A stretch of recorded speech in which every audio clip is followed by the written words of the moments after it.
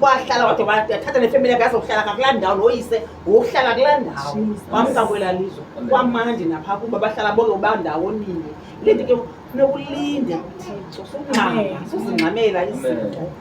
sufuna ukungxama yonke into mayenzeke ngokungxama yonke into khona uzakudakala khona ezingxameni. Nyani ke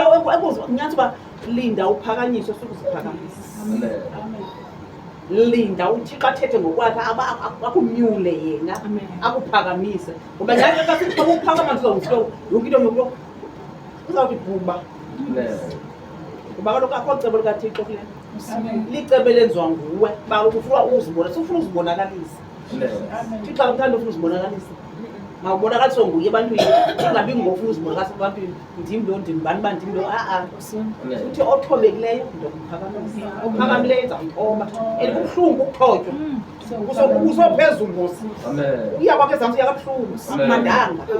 ngosomane ubhekabheka ngoba yho solentloni baloku uphakamile ebantwini Thixo kunika into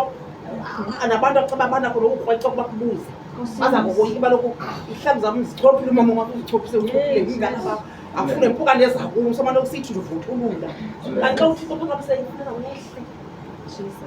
abantu bakwazi ukufumana bakufumane uthobekile ukwazi ukubaphulaphula into abayithethayo ukwazi ukubaphendula kakuhle ngembeko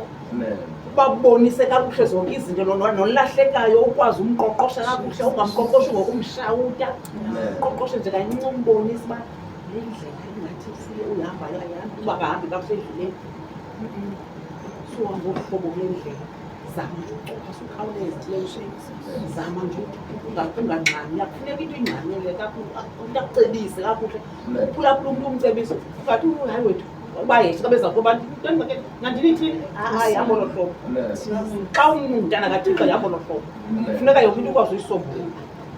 uyisombulula ngezwi likaThixo umbonise uba ithini iBhayibhile ukuze uhambe kakuhle noThixo funeka wenze ntoni.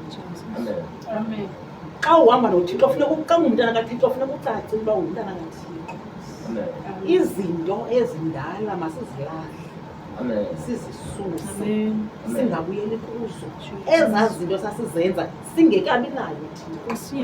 Xa sesinayo ngoku Thixo mazisuke kuthi masingazongena nazo kuThixo asizohamba kakuhle azizokusebenza uThixo asizokumbona ukusebenza kwakhe kuthi kuba kaloku sisazithwele ayintlanga ke lento imbi ngoba kaloku kufuneka sibe yimizekelo emihle ngokuhamba ngokuthetha nje usingathethi nje nantoni na yonke into funeka uyathetha kaloku apha emlonyeni